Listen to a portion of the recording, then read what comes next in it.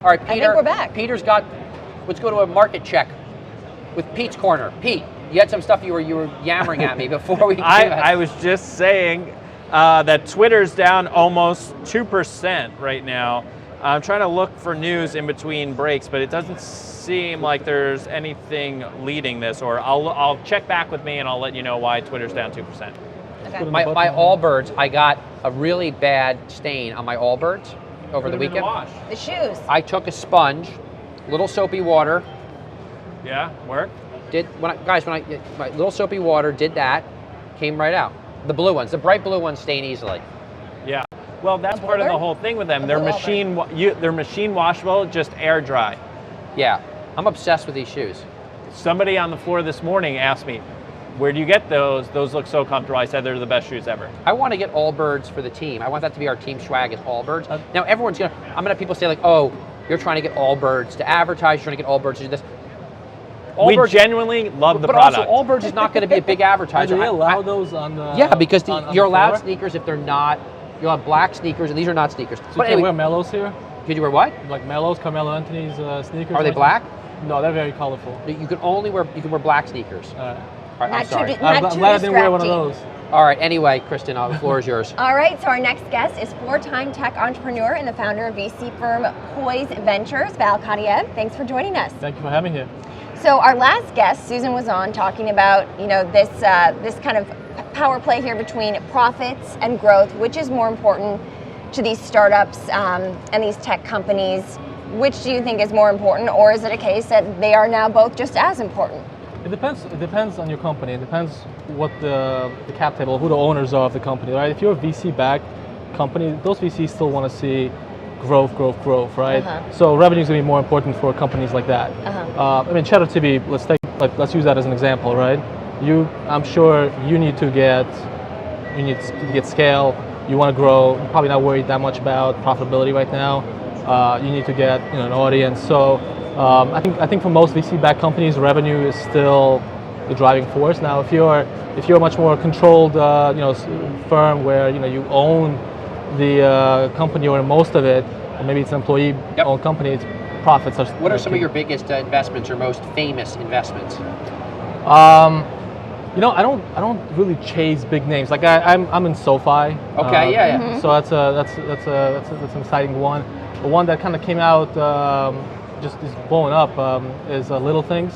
Oh, you're in Little Things. Yes, we have a common investor in Little Things. Yeah. Yeah. So that's I'm very excited about that. And they're also on the very similar, same platform with Facebook Live now.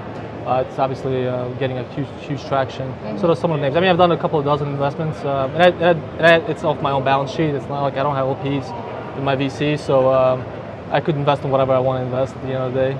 So at what points do profits matter, though? Because you can ride, increasing sales for so long, but obviously the bottom line at some point does matter, and we've seen investors in the private market and in the public market become, more demanding when it comes to profits. No, it really depends on the category you're in, right? If you're Snapchat, for example, you could go without profits for a long time because, again, it's all about getting the scale. It's a very strategic asset. On the other hand, if you're WeWork, you're at the end of the day in a real estate space. So I don't know how far they could go without just burning cash just for growth. Like at some point, they need to realize that, look, our most logical path is an IPO, so profitability is probably going to make more sense. So I think it really depends on the category you're in, space you're in. Like another investment I'm in is a Hyperloop.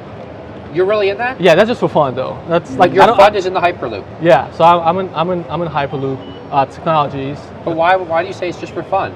Because who knows what's going to happen to that? Like it's if I wasn't invested in SpaceX, when it was just going live as well, or in the beginning. No, I'm not. Okay. If I was, I got very excited there. I would have said the same thing, that I'm in this for fun. But Elon Musk is just a genius. So whatever he's thinking, I might as well go in there, have some fun with it.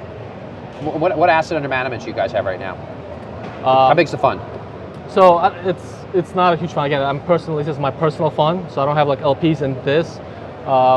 I have another capital management firm. We don't do VC. We do mostly. We have multiple funds for marketplace lending. I don't know if you're familiar with that. So that's where we manage over $140 million. That's primarily in capital management.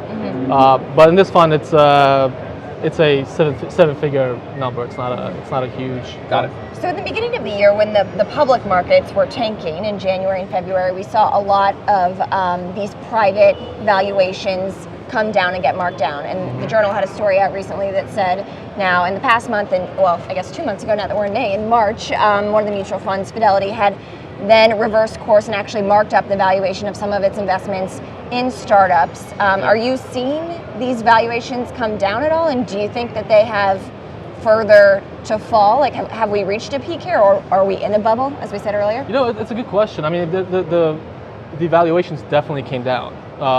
What scares me, if like I went through the 2000 internet bubble, right? If you follow the Nasdaq back then, it actually kind of dropped off a bit. Yeah. Then it spiked a bit, and then it just capitulated after that. I don't know how that's going to play out. Like, I don't feel like we've seen that capitulation yet, and I don't know if we will, because the type of money that's in the market is very different. It's a lot stickier capital.